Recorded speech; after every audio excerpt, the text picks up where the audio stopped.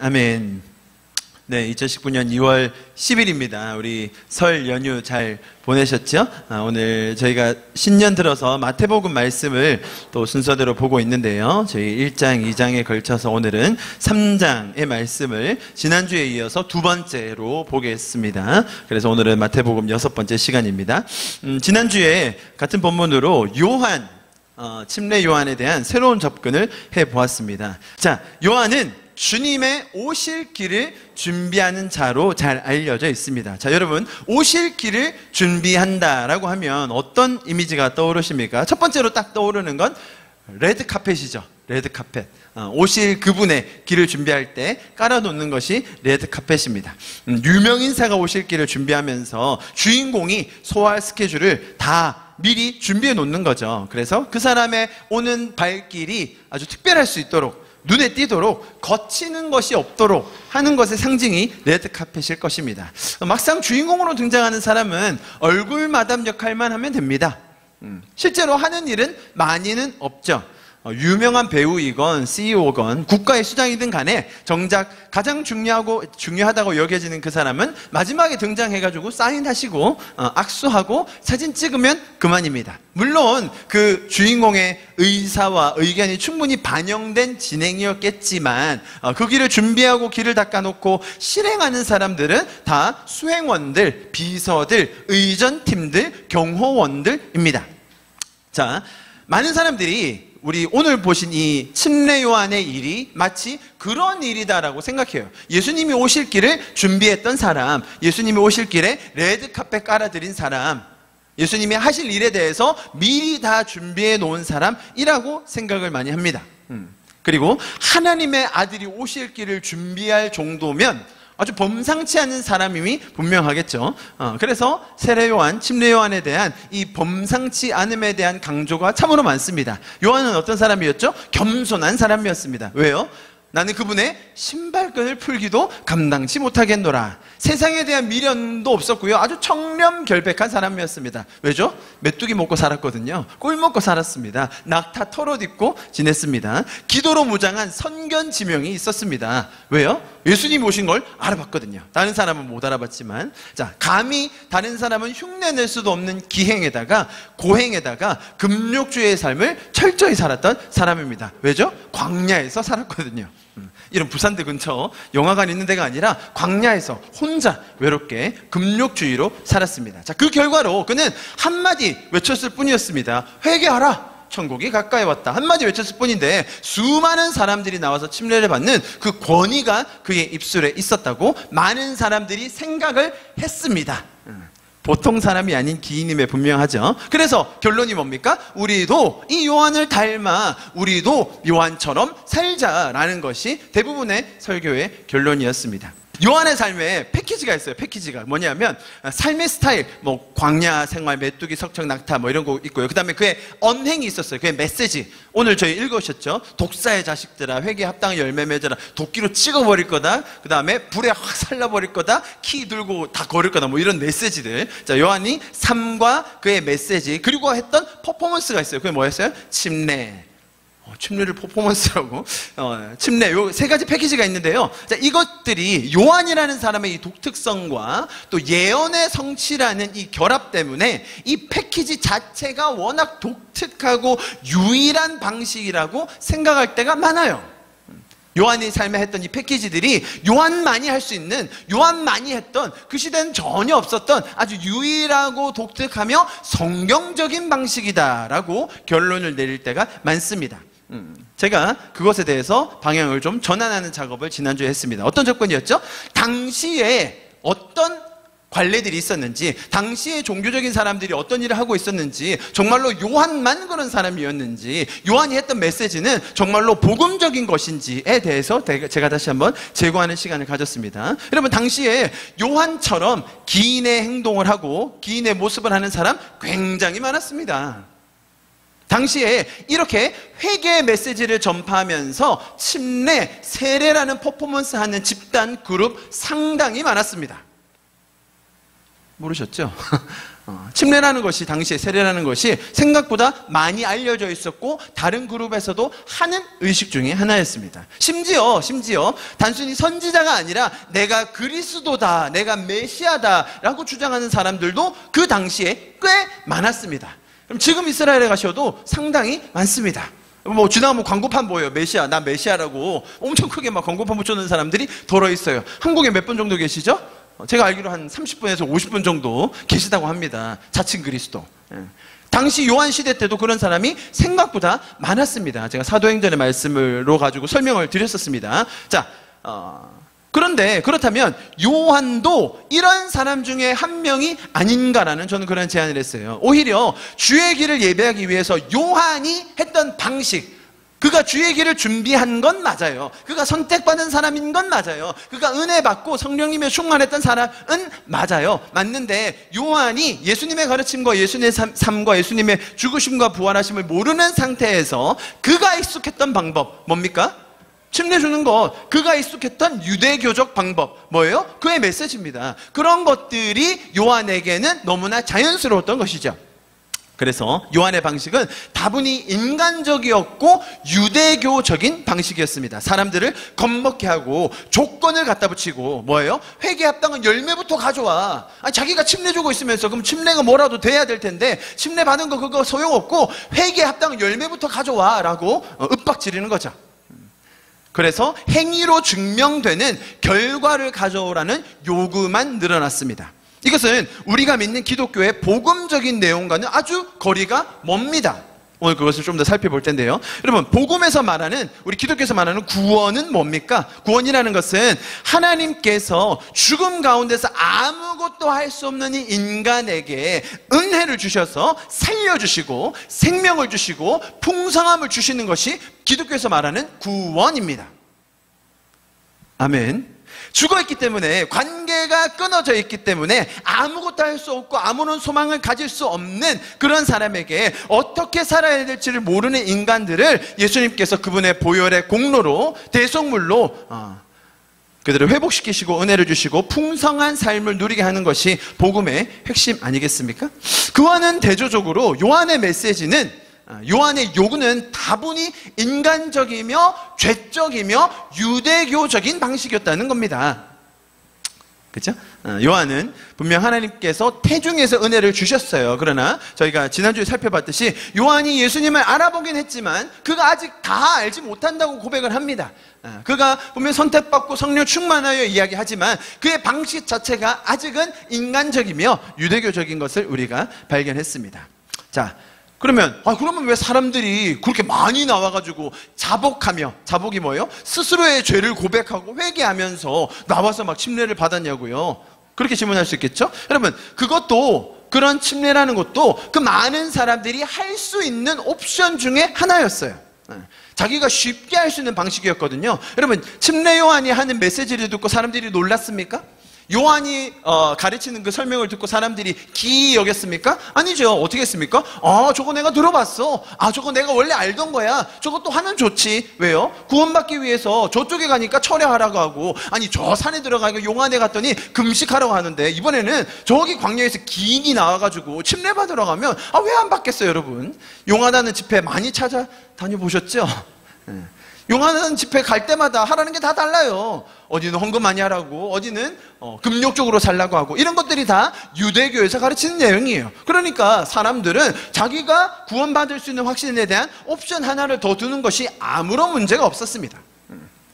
그래서 요한에게 찾아가서 침례를 받았던 것입니다. 이것이 인간의 심리요, 죄인의 한계입니다.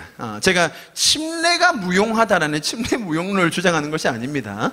침례는 아주 소중한 기독교의 전통입니다. 다음에 제가 기회가 되면 좀 나누도록 할게요. 자, 여기까지가 침례 요한에 대한 좀 전체적인 그림이었죠. 그의 외견적인 모습, 또 그의 메시지, 그의 삶의 방식, 그가 행했던 행동들을 당시 상황과 배경에 맞춰서 좀 해석을 해봤습니다. 요한이 그래서 결국 주님의 길을 준비했나요?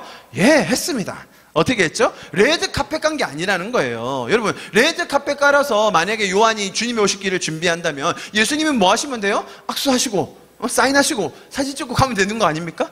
예. 여러분, 예수님이 그러한 일을 하기 위해서 오신 겁니까? 아니죠. 요한이 했던 일은 뭐냐면 인간이 할 수 있는 끝판왕, 인간이 할 수 있는 메시지의 끝판왕, 인간이 할 수 있는 행동의 끝판대장을 보여준 거예요. 금욕주의의 극단, 메시지의 극단, 인간의 인간됨, 유대교의 그 종교성의 끝판을 보여줌으로써 이것과 그리스도가 어떻게 다른지, 요한이 했던 말, 회개하라 천국이 가까이 왔다. 그래서 강조는 뭐 했습니까?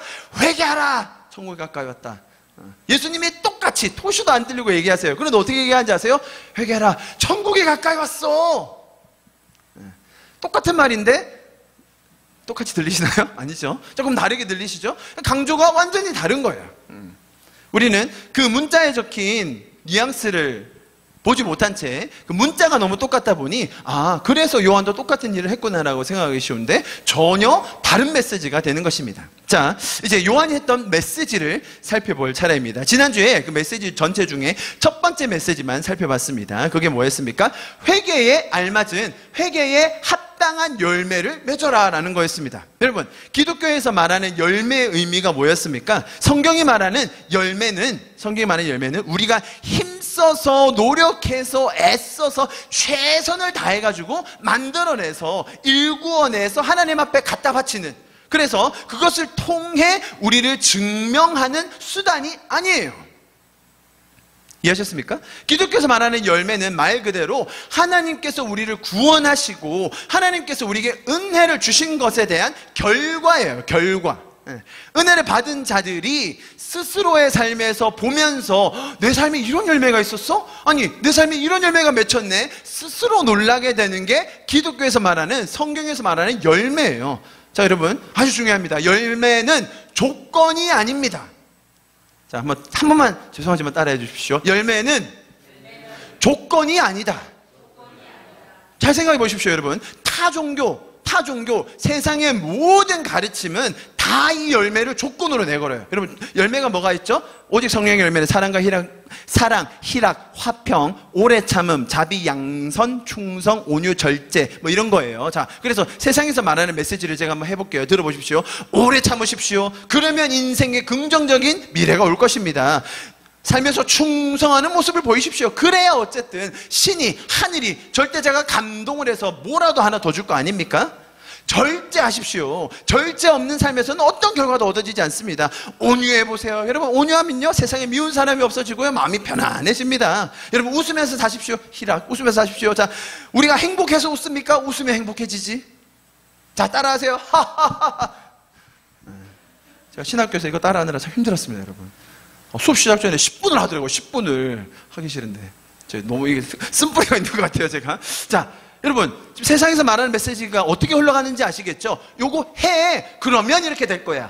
요거 열심히 해, 네 있는 힘을 다해서 해. 안 했어? 이런 루저 같으니 그것도 못해? 여러분, 사람들에게 요구하는 게 타종교와 세상의 가르침이 전부 다 동일해요.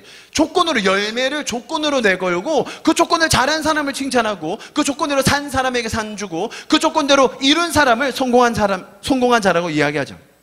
이런 말들이 세상에서 하는 자기개발 강연 혹은 종교 등에서 대부분 하는 얘기입니다. 예, 여러분, 이것이 인간이 생각하는 한계입니다. 다 그렇게 얘기합니다. 요한도 그렇게 얘기했습니다. 회개에 합당한 열매 먼저 들고 오라고. 어떻게 들고 와요? 어떻게?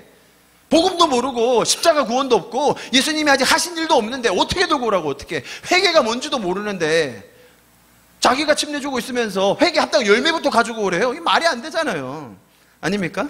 여러분, 기독교는요, 완전히 다른 차원을 얘기하는 것이에요. 우리는 사랑할 수 없는 존재였습니다. 사랑을 하기에는 우리 세상이 너무 각박하고 이기적이죠. 자, 그런데 하나님은 우리에게 사랑이라는 것이 무엇인지를 먼저 자격이 안 되는 우리에게 보여주셨어요. 하나님께서 먼저 우리를 사랑하심이라. 그래서 우리에게도 사랑할 수 있는, 사랑에 반응하는 그 남아있는 본성을 깨워주시는 거예요. 하나님의 사랑을 더 깊이 깨달아갈수록 이 우주에 지워지지 않는 흔적으로 남아있는 그 하나님의 무한한 사랑 안에 거하며 그것을 누리며 살 수 있도록 우리가 더 사랑할 수 있는 존재로 변화되게 되는 것입니다. 여러분, 기뻐할 것이 없어 보이는 세상인데요, 너무나 우울하고 심란하며 좌절되는 세상입니다. 그런데 우리는 하나님으로 인하여 기뻐할 수 있는 존재가 된 거예요. 하나님으로 인하여 꿈을 꾸며 소망할 수 있는 존재가 된 것입니다. 하나님의 정의와 그분의 놀라운 계획을 신뢰하며 우리는 오늘도 꿈을 꾸며 기뻐하며 화평함을 위해서 기도하며 오래 참을 수 있게 되었고 자비로 사람들을 대할 수 있게 된 것입니다. 내 안에 좋은 마음이 없었지만 하나님의 그 은혜로 말미암아 내 안에 좋은 마음이 생기게 된 것입니다. 그래서 저희는 오늘도 그렇게 살아갈 수 있는 거예요. 이 모든 것이 하나님의 은혜였다라고 고백하는 것이 이 원리예요. 이렇게 돼야 말이 되는 거 아니에요? 이렇게 돼야? 하나님께서 하셨다라는 것이죠. 하나님께서 살아계심에 대한 증거가 바로 지금 이 자리에 모인 저와 여러분이며 지금 이 시간임을 우리가 믿는 것입니다. 그래서 제가 지난주에 설명드렸죠. 이런 열매가 맺히는 것이 내가 먼저 놀라고 주변 사람들이 놀라고 그 열매가 자연스럽게 나누어지는 것, 그게 뭡니까? 그걸 전문적인 용어로 전도라고 부르는 거죠. 기독교는 그렇게 순리적이고 자연스러운 거예요. 강요하거나 강압적으로 명령하지 않습니다. 우리 삶의 자연스러운 결과, 열매로 인해 내가 놀라게 되고 또 그 열매로 인해 많은 사람들에게 풍성함이 나누어지는 것, 그 신앙의 참된 기쁨과 의미와 열매가 우리의 삶에 더 풍성해지기를 간절히 축복합니다. 아멘. 자, 여기까지가 복습이었습니다. 복습. 자, 이제 그러면 요한의 전체적인 그림 봤고 그가 한 메시지 중에 첫 번째 것을 봤습니다. 그러면 이제 나머지 요한이 했던 메시지들을 한번 살펴보면서 기독교에 대한 오해를 풀고 복음의 진정한 메시지가 어떤 것인지를 같이 한번 살펴보겠습니다. 자, 큰 덩어리로 보면 총 3가지 메시지를 요한이 했습니다. 이거 말고도 조금 더 있습니다, 자세한 것들. 그런데 전부 다 너무 자세하게 살펴보기에는 조금 시간이 안 될 것 같고요. 그 중에 좀 핵심적인 내용, 요한이 명령했던 것, 그죠? 요한이 지시했던 것을 이렇게 3가지 구절로 한번 적어보았습니다. 자, 앞에 적혀있는 이제 구절들, 3구절, 그죠? 9절, 10절, 12절 보시면 어떠신가요? 자, 흐리멍텅하던 정신이 바짝 차려지고 군기가 쫙 들어가시죠, 그죠? 야, 이거 뭐 어설프게 신앙생활 했다가는 뭐 국물도 얻기 십상이고요. 하나님이야말로 우리나라에서 말하는 그 저승사자는 저리 가라 하실 정도의 그 무시무시한 도끼 들고 그냥 확 찍어버리시는 그런 모습으로 딱 그려지기 쉽죠? 제가 뭐 이상한 쪽으로 몰고 가는 거 아니죠, 여러분? 자, 이거 보시면 다 그런 이미지 떠오르시죠, 하나님에 대해서? 지금 이 요한이 하는 이 가르침 속에는 아주 묘한 긴장과 오해와 복선들이 깔려 있어요. 이거 뭐 완전히 틀렸다고 얘기하기에도 좀 애매하고, 그렇다고 이걸 문자 그대로 믿자니 참 이 기독교라는 게 부담이 이만저만이 아닙니다. 아니, 부담만 느끼면 다행일 텐데, 이거는 복음의 메시지, 우리가 너무나 잘 알고 있는 그 하나님의 은혜, 구원, 복음의 메시지와 너무 다른 것 같지 않으세요? 자, 오늘 이 요한의 설명들을 좀 풀어보면서 그런 오해들이 풀어지기를 바랍니다. 먼저, 자, 첫 번째 구절 보겠습니다. 그리고 너희는 속으로 주제넘게 아브라함이 우리의 조상이다 하고 말할 생각을 하지 말아라. 내가 너에게 말한다. 하나님께서는 이 돌들로도 아브라함의 자손을 만드실 수 있다. 자, 여기서 말하는 그들, 즉 유대인들이 말하기를 아브라함이 자신들의 조상이라고 합니다. 자, 맞는 말인가요? 틀린 말인가요? 맞는 말이죠. 하나님께서 아브라함이라는 믿음의 조상을 불러서 시작하신 신앙의 민족이 유대인들 맞습니다. 자, 그들은 아브라함의 자손일 뿐만 아니라 그 사실, 아브라함의 자손이라는 사실을 매우 자랑스럽게 여깁니다. 아브라함이라는 이름만 나오면 지금도 전 세계 많은 대부분의 종교, 기독교, 가톨릭, 이슬람, 유대교가 다 머리를 조아립니다. 아브라함에 감히 태클 걸 사람은 없죠. 저도 많이 걸었는데 아무튼 그러면서 매우 자랑스럽게 생각해요. 자, 그런데 그것이 그들의 방패막이 되거나 핑계거리가 되거나 으스댈 수 있는 건덕지는 아니에요. 그들은 아브라함의 자손이라고 해서 더 대단하거나 더 위대하거나 더 특별한 것이 없습니다. 왜냐하면 하나님께서 아브라함을 부르셨던 이유가 그가 특별하고 그가 잘났고 쓸만한 사람이었기 때문이 아니었습니다. 오히려 먼저 일하시는 하나님께서 가장 믿음 없고 가장 순종 못했던 사람을 골랐는데 그게 누구였습니까? 아브라함이었습니다, 여러분. 어떻게 그렇게 얘기할 수가 있냐고. 제가 창세기 때 한 10번 넘게 그걸 설교했거든요. 한번 참고해 주시면 좋겠습니다. 아브라함은 믿음 1도 없었고요, 순종 한 번도 안 했어요. 한 번도 안 했다면 너무 한 번 정도 했거든요. 한 번 정도. 22장에 아들 바친 거 한 번 있고, 그 전에도 아주 사소한 거 하나 정도 했고요. 그 외에는 전부 다 믿음 없는 행동뿐이었습니다. 그런 아브라함을 하나님께서 어떻게 변화시켜 가시는가, 하나님이 얼마나 위대하신가, 하나님이 은혜를 주시면 마누라 팔아먹던 그 사람이 어떻게 믿음이 있어지는가, 그것을 보여주는 게 성경입니다. 성경은 아브라함이 위대하다고 위인전을 써놓은 책이 아닙니다. 성경은 믿음 없던 아브라함이 하나님으로 인하여 어떻게 위대한 믿음의 조상이 되었는가를 말해주는 책이에요. 자, 그런데 오늘 요한이 한 그 다음 말이 아주 의미심장합니다. 보십시오. 저기 저 돌들을 가져다가도 하나님은 아브라함의 자손들을 다 만들어낼 수 있다는 이야기입니다. 여기서 팩트 체크 한번 해봐야 되겠죠? 하나님께서는 이렇게 하실 수 있는 분입니까? 아닙니까? 여러분, 하나님께서는 이런 일을 충분히 하실 수 있습니다. 아무런 문제 없습니다. 왜요? 물리학적인 법칙 다 깨고 인류의 역사 싸그리 무시하고 천년이 하루 같고 하루가 천년 같으신 그분께서는 말씀 하나로 우주의 법칙과 물리의 법칙들, 질서를 다 만드신 분인데 뭐 이런 거 일도 아니죠. 맞습니다. 이렇게 하나님은 하실 수 있는 분이십니다. 자, 팩트체크 예스. 자, 맞아요. 그러나 however, 자, but you가 중요하죠. 그죠? 그러나. 자, 여기 중요한 그 이유가 있어요. 이러한 요한의 표현은, 지금 요한이 한 이 표현은 하나님에 대한 매우 비인격적인 설명이에요. 그렇죠? 저희가 지난주 메시지 들으신 분 아시겠지만 기억하실 텐데요. 사실 오늘 읽었던 그 3장 전체의 핵심도 요한을 인격적으로 대하시는 하나님이에요.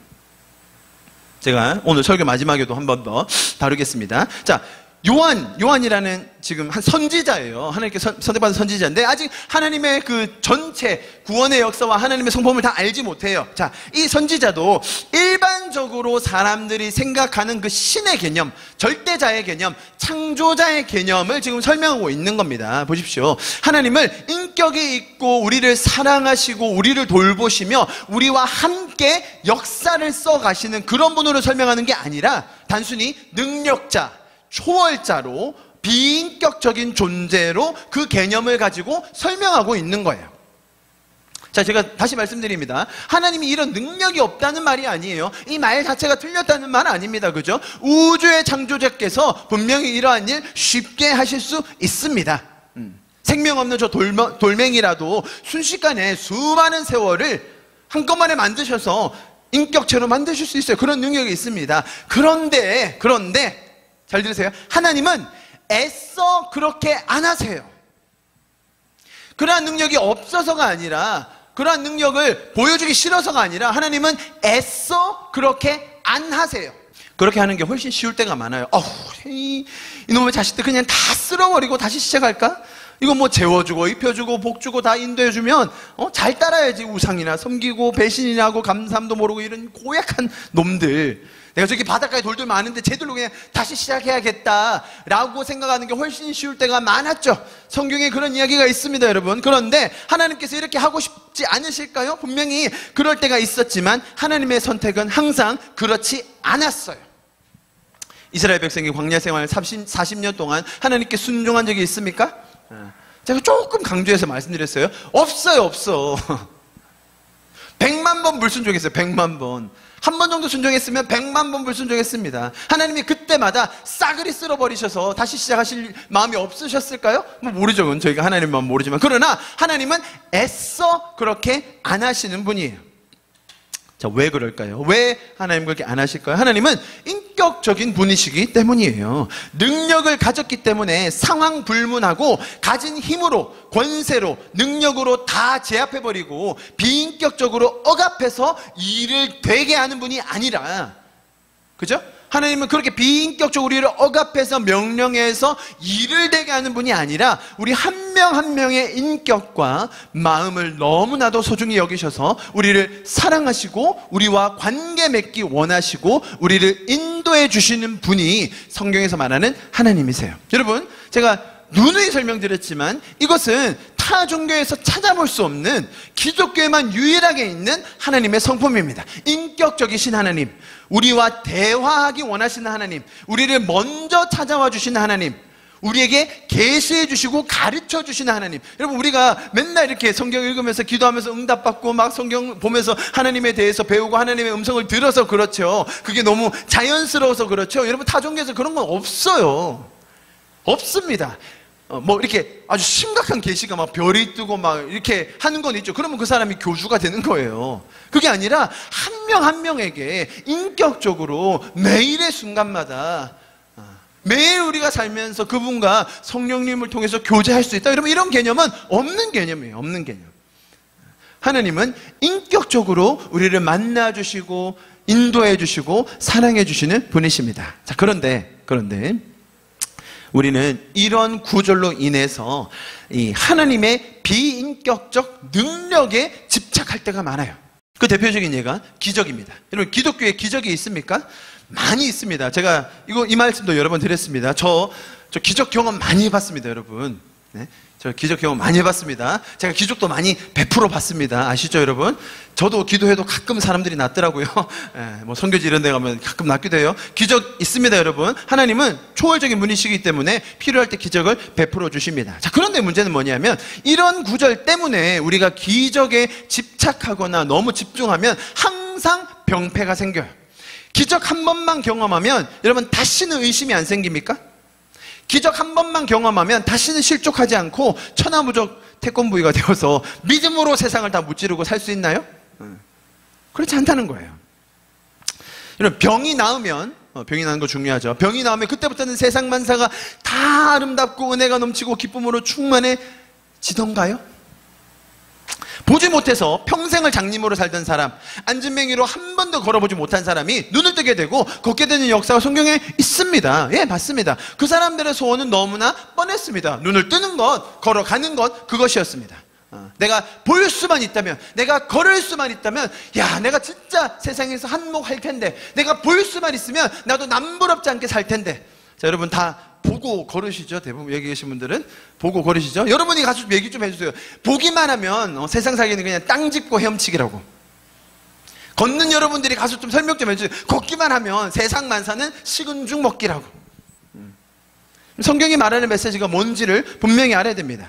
성경에서 말하는 기적의 핵심은 우리의 필요와 우리의 어려움을 살피시는 하나님의 마음이에요, 여러분. 그래서 결국에는 그 사람과의 인격적인 관계를 통해 우리가 인간이 죄를 이기는 거예요. 죄.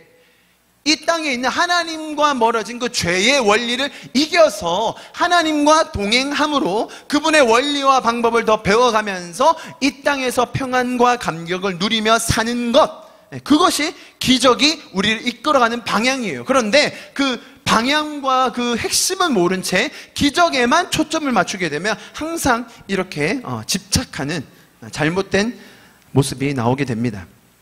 여러분, 제가 병이 낫고 기적이라도 일어나서 삶이 변화되는 것에 대해서 절대로 평가절하하고 싶지 않습니다.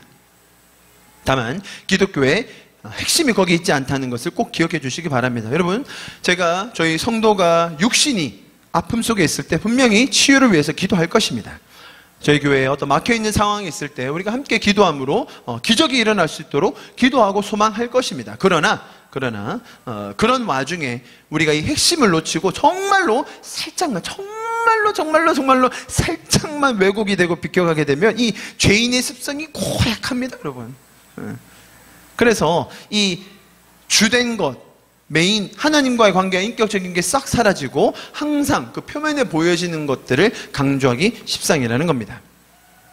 여러분, 제가 이 하나님이 지금 이 요한의 이야기와 하나님의 인격성과 또 기적에 대한 강조, 이런 얘기가 나와서 제가 한 가지 말씀을 좀 드리겠습니다. 제가 보통 설교에서 정치나 세상 정세에 대해서 거의 이야기를 안 합니다. 그런데 종교에 관련된 이야기는 제가 조금 해야겠기에 이 내용과 관련이 되어서 좀 말씀을 드리겠습니다. 얼마 전에 신도 성폭행 혐의로 1심에서 징역 15년을 선고받은 이라는 사람 이야기 들어보셨나요? 이게 참 어려운 게, 교회 안 되는 사람들이 그 뉴스를 보면 교회라고 하니까 당연히 교회라고 생각하는데요. 이단입니다, 여러분. 전혀 교회 아니에요. 그 교회를 취재한 방송의 내용에서 몇 가지만 제가 정리해서 말씀드리겠습니다. 거기에 사람들이 기도해서 기적을 경험했다는 사례를 동영상으로 교회 곳곳에 이렇게 홍보하는 시스템이 있어요. 기도 응답들이 주로 이런 거였습니다. 기도받고 성적이 올랐어요. 기도받았더니 키가 커졌어요. 태중의 여아가 남아로 바뀌었어요. 다운 증후군이 치료됐어요. 그리고 짠물이 나오는 셈이 있대요. 짠물이 기도했더니 단물로 바뀌었어요. 그래요. 단물을 눈에 바르면 쌍꺼풀이 생겨요. 그래서 막 사진을 이따만에 붙여놓고 물을 갖다가 막 발라요, 사람들이. 차라리 아이참을 붙이세요. 차라리 하지 마시고. 140kg의 몸무게가 50kg 줄어들었고요. 그리고 손이 그려진 손수건을 아픈 부위에 대고 다 그렇게 기도해요. 전부 다. 사람들이 아플 때 병원을 의지하지 말고 죽음은 죽으리라 라고 믿음을 내 보일 때 치료가 된다고 설교를 해요. 걸어치고 제가 쌍욕을 적어놨어요. 그리고 병에 걸려 그 사람이 죽어요. 병에 걸려 죽잖아요. 그러면 사망에 이르는 죄를 지었다고 이 강아지 같은 놈이 그렇게 얘기를 했다고 해요.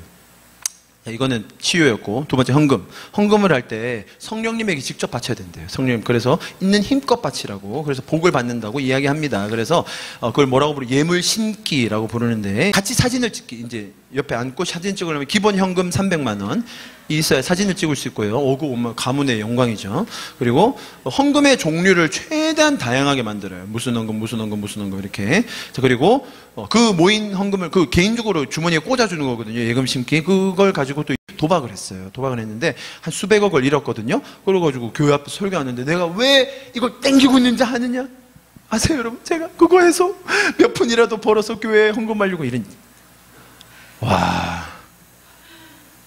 자, 이제 치유, 헌금, 마지막 이제 성폭행. 그 얘기는 이제 안 할게요. 그건 너무 짜증나서. 자, 본인을 신격화해서 이단으로 사람들을 속이는 이단 교회에 대한 취재한 방송의 사례를 제가 말씀드렸습니다, 여러분. 자, 솔직히 한번 얘기해 봅시다. 기성교회는 다릅니까? 여러분, 기적 얘기하면서 많이 우시셨습니다. 그죠? 너무 비상식적이고 비지성적인 거라서 여러분 우시셨죠? 피식피식. 제가 용화단 집회 많이 가봤거든요.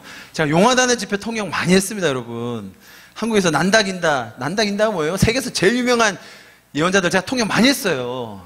그런데 가면요, 이런 건 아무것도 아닌 게 나와요, 여러분. 이런 거 이상을 기대합니다. 기도에서 성적이 오른 거 아주 훌륭한 간증입니다, 여러분. 기도에서 키가 커졌어요? 그런 간증 많아요, 여러분. 기도에서 불치병 치유되는 거요? 한두 개가. 여러분, 이 교회에서 진짜로 병이 치유됐을까요? 안 됐을까요? 전 됐다고 봅니다. 많이 됐을 겁니다. 많이.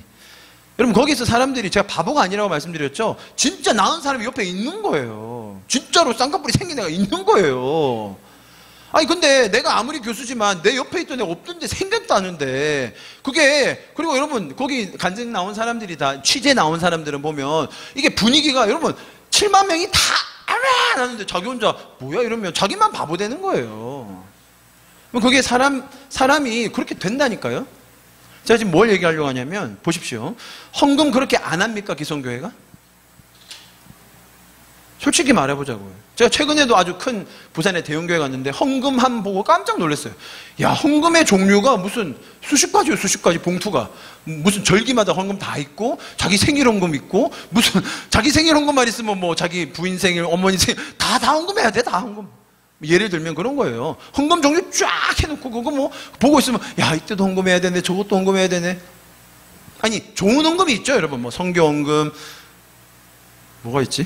성교 헌금, 그런 것도 있는데 기성교회는 뭐가 다르냐는 거예요. 분명히 다르죠. 자기를 신격화하지 않고 정말로 복음을 위해 불철주야 일하시는 우리 목사님들, 성도분들 너무나 많으십니다. 제가 뭐 그거 모르는 바 아닙니다. 그런데 이런 구절에 대한 오해로 인하여 하나님은 다 하실 수 있는 분이야. 하나님은 맘만 먹으면 다 하셔. 안 하세요. 할 수 있어도 안 하세요. 하나님에 대해서 오해하지 마십시오. 하나님은 인격적으로 일하십니다. 하나님은 우리를 인격적으로 돌보십니다. 그분이 능력이 있기 때문에 다 다 하신다고요? 안 하신다니까요. 성경을 보자고요. 그렇게 하시나? 안 한다니까요. 하나님은 맘만 먹으면 다 하세요. 저 옆에 있는 저 예수 안 믿는 저 건물 싹 무너뜨리시고 우리 사업 더 잘 되게 하십니다. 여러분 믿으십니까? 뭐 이렇게. 우리나라 그런 게 얼마나 많았는데요. 그 63 저기 아시죠? 그 빌딩 그런 거 지었을 때 그 기독교 장로님이 세운 빌딩이죠. 야, 우리나라의 제일 높은 빌딩이 장로님이 지었다고 얼마나 자랑 많이 했는지 모릅니다, 여러분. 그 옆에 다른 종교가 더 큰 거 세웠죠, 뭐. 그럼 기도하겠죠. 무너뜨려달라고 이런. 하나님에 대해서 오해하시지 마시기 바랍니다. 제가 기적을 부인하는 게 아니잖아요, 그죠, 여러분? 제 설교가 기선에 있던 것들을 좀 다시 수정해야 되기 때문에 좀 세게 말씀드리는 경향이 있다고 해서 제가 기존 것들이 뭐 다 싸그리 틀 때 이런 말 아니에요.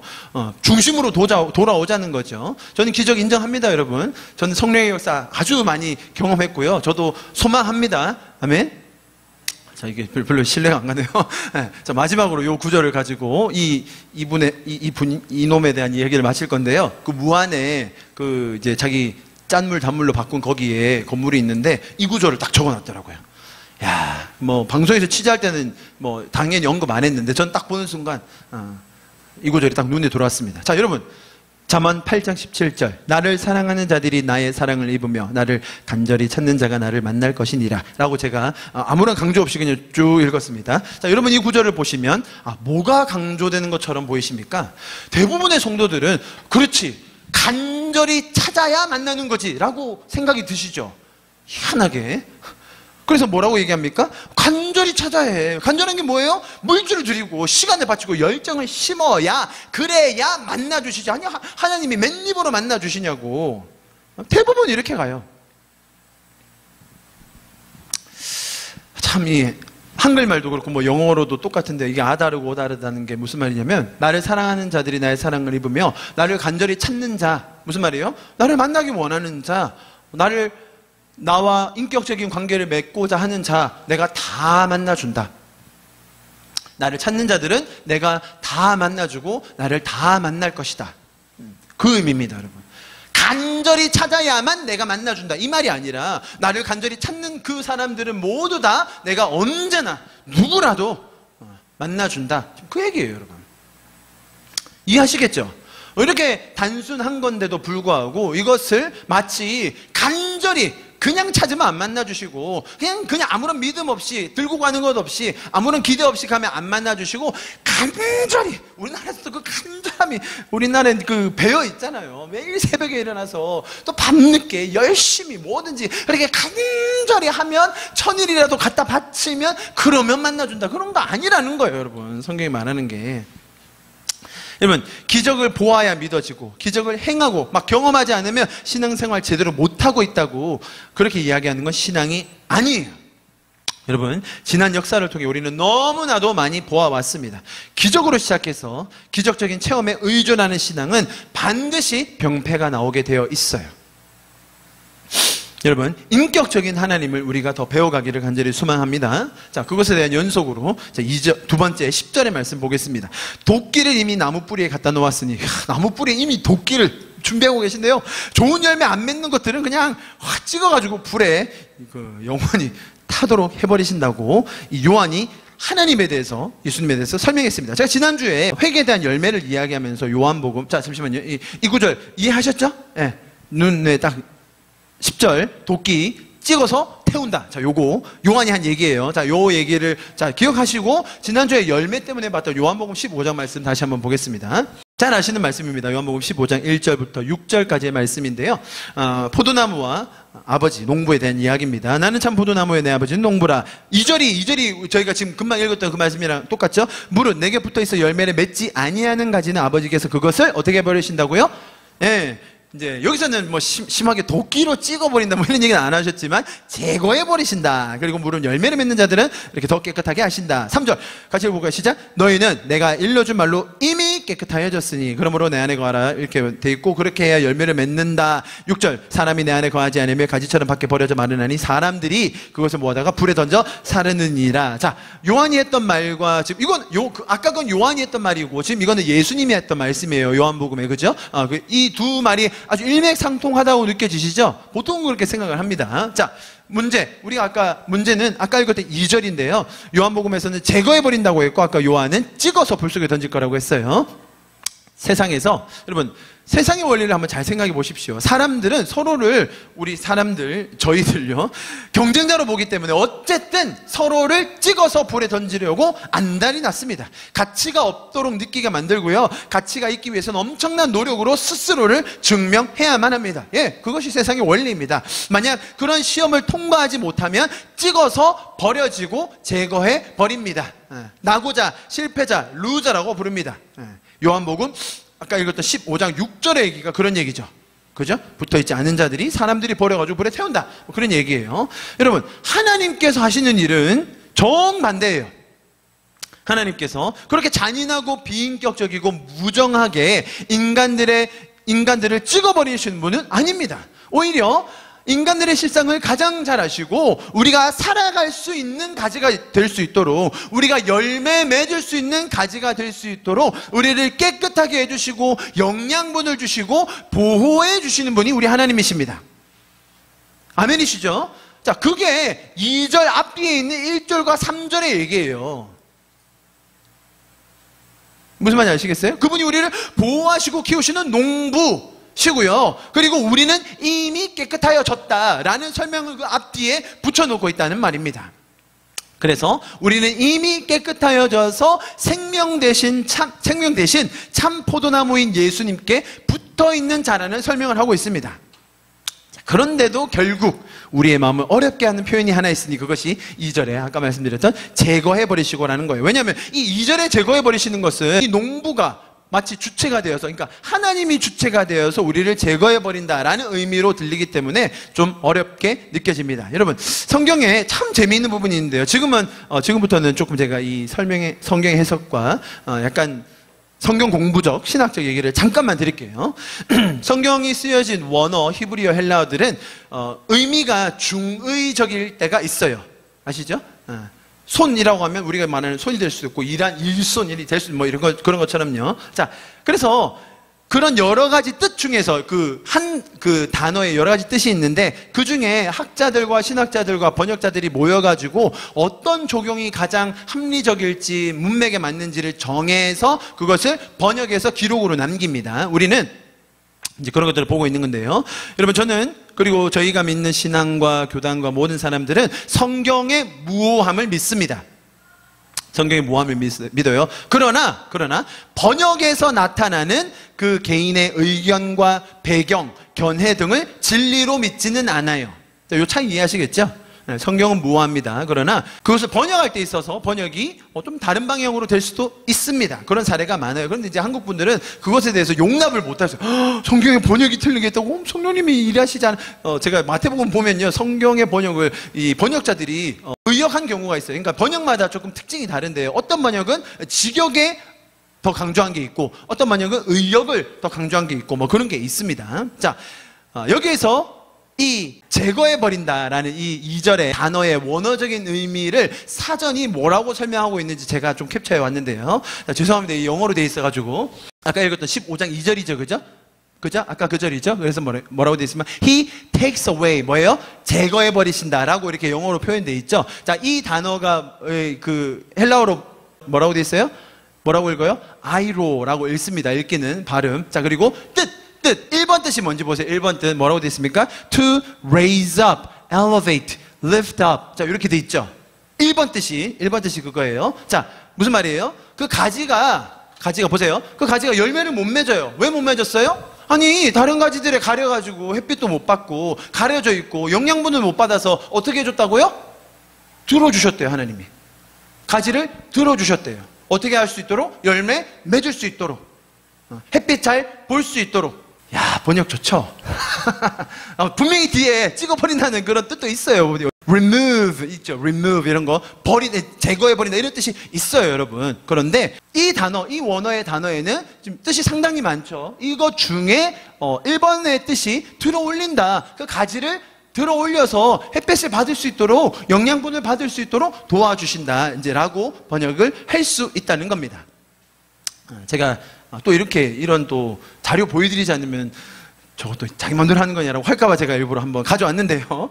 이렇게 제가 지금 만약에 요한복음 15장 2절을 그 가지를 들어버린다라고 하는 그 해석은 주류적인 해석일까요? 비주류적인 해석일까요? 당연히 비주류적인 해석입니다. 그러면 이렇게 해석하는 건 틀릴까요?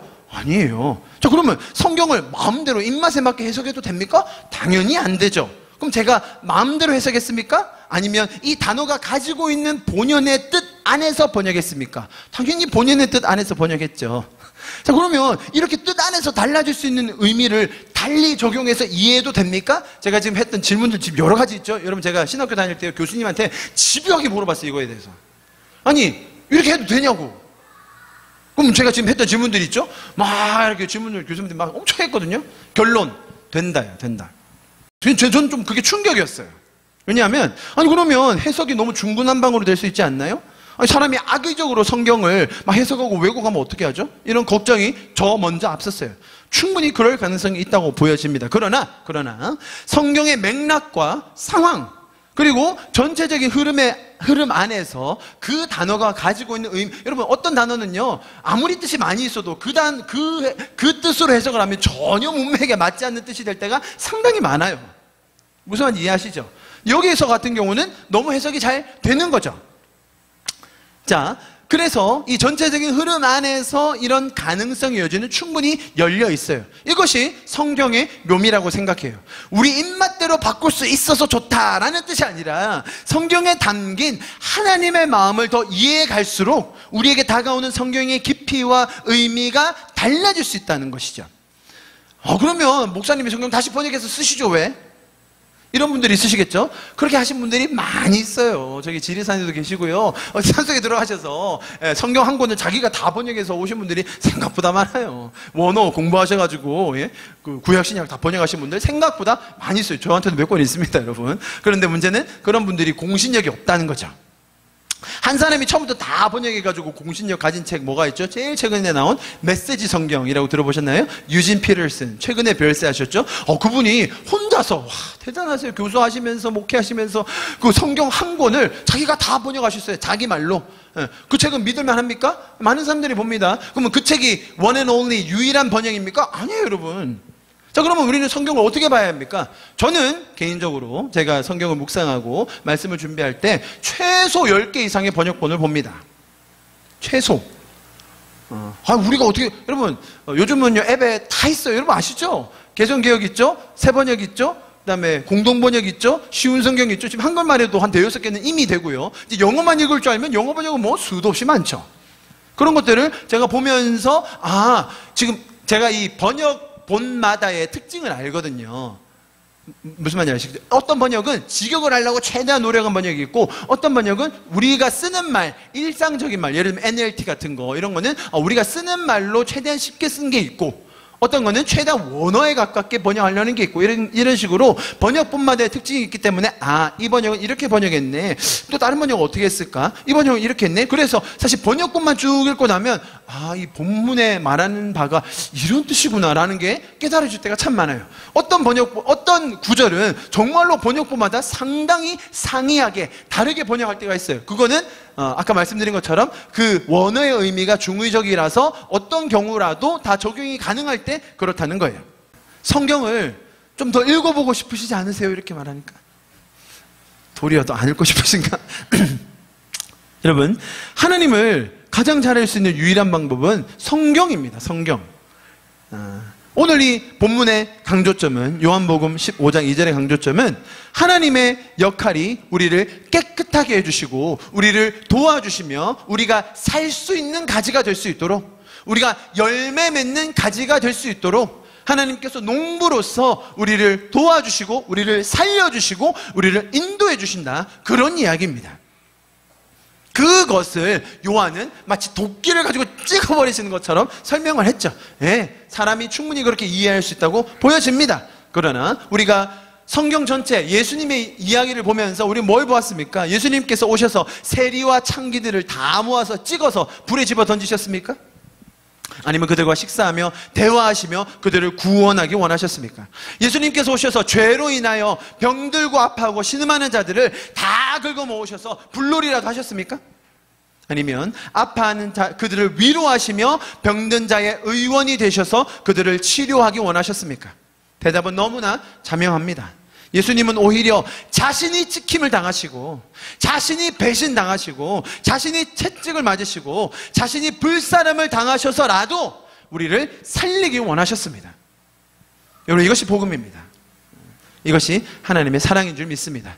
자, 우리 말씀을 좀 마무리하면서 마지막 구절 보겠습니다. 아주 또 유명한 구절이죠. 손에 키를 들고, 여러분 키가 뭔지 아세요? 키? 저는 뭐 키질을 안 해봤는데 우리 어른들은 좀 해보셨죠? 좀 궁금한데 이렇게 키질 하고 나면 밑에 떨어지는 게 알곡이에요? 아니면 버리는 거예요? 버리는 거. 그러니까 밑으로 떨어지는 게 버리는 거고 남아있는 게 알곡이네요. 그게 키질이랍니다. 그러니까 남아있으려면 저 탱실탱실 해야 되는 거죠. 이렇게 튼튼하게 이제 몸집도 커야 되고, 그러니까 병충해도 잘 견디고 날씨도 이겨가지고 모든 어려운 거 환난을 다 겪고 나서 이제 튼실하게 나면 알곡이 남는 거예요. 이제 요거는 곳간에 놓고 얘들은 불에 싹 살라버리는 거죠. 자, 하나님께서 이렇게 하신다고 요한이 설명했습니다. 예, 그렇게 하실지도 모르겠어요. 뭐 맞는 말 같아요. 자, 이런 문장을 볼 때 이런 적용이 나오죠. 우리도 하나님께서 사람들을 키질하시며 거르실 때 알곡으로 될 수 있도록 우리도 준비합시다. 우리도 그 알곡으로 키질할 때 남을 수 있도록 우리도 열심히 삽시다. 하나님의 마음에 들 수 있도록 힘을 다해서 하나님을 섬깁시다. 결국 불살라지지 않기 위해서 우리는 충성을 다해야 됩니다. 마지막에 승리하고 마지막까지 이거 키질할 때 살아남기 위해서 최후 승리하기 위해서 우리는 믿음을 저버리지 않고 끝까지 헌신해야 줄 믿습니다. 할렐루야. 이렇게 대부분 설교하십니다. 여러분, 이렇게 해석을 하면 지금 우리가 믿고 있는 복음하고 맞습니까?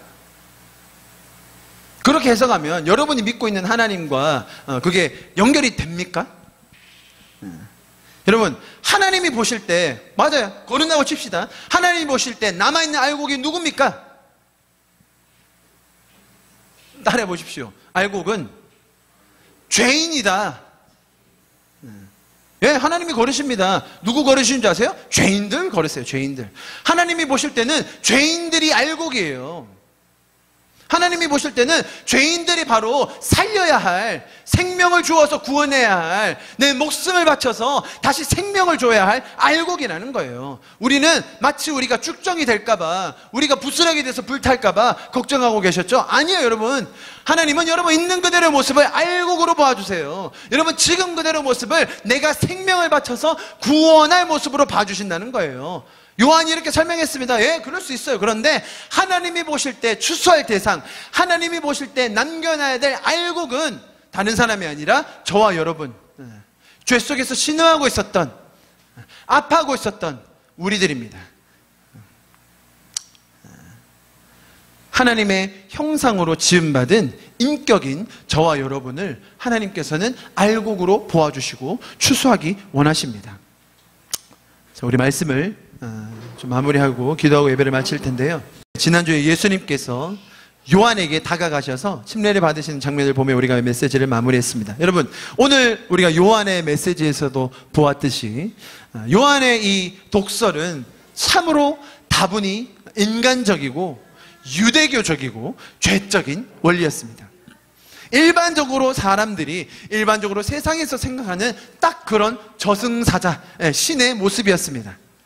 그러한 독설을 내뿜고 있는 요한에게 자기 의에 쩔어서 사명감 충만해가지고 내가 주의 길을 예배하라고 하면서 사람들에게 겁을 주며 위압감을 주며 두려움을 전하고 있는 요한에게 예수님은 다가가세요.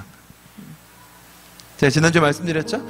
요한에게 다가가실 때 예수님의 마음이 어떠셨을까요?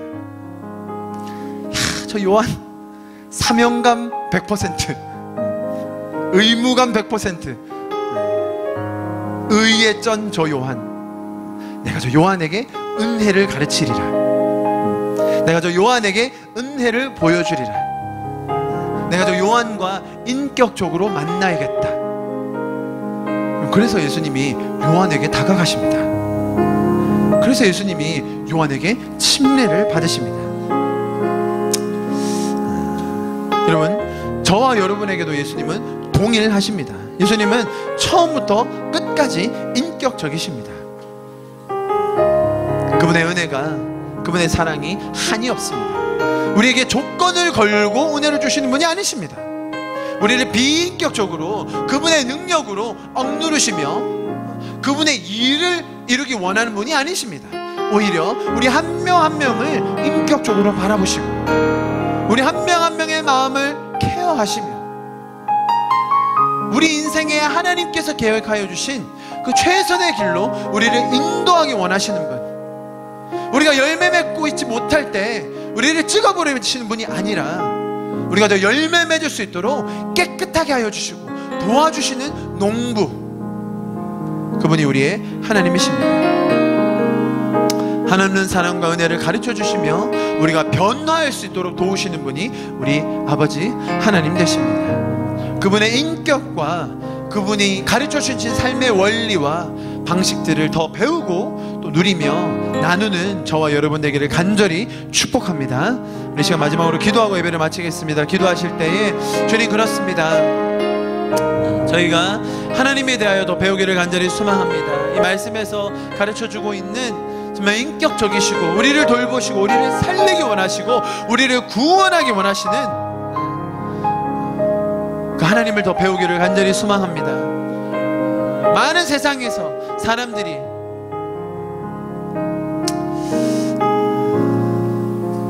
우리를 가르려고 하고 나누려고 하고 선별하려고 하고 능력으로 인하여 평가하고 그럴 때가 너무나 많습니다.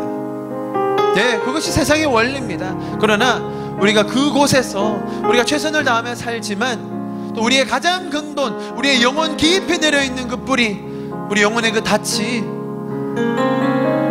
주님의 그 사랑 안에 뿌리 내려있기를 간절히 소망합니다. 주님의 그 은혜 안에 우리가 깊이 뿌리 내려 주님의 그 사랑의 열매를 맺기를 간절히 소망합니다. 주님, 우리의 마음을 다시 한번 살펴주십시오. 주님, 우리의 마음을 주님 앞에 다시 한번 올려드립니다. 주님,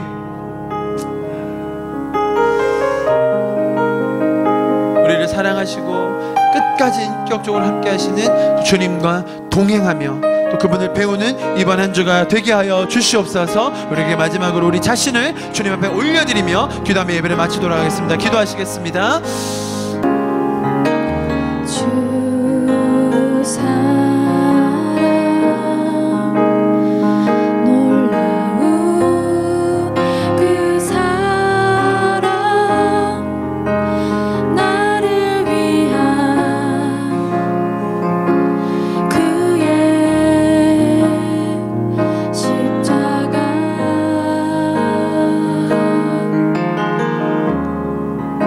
잃어버린 나를 찾아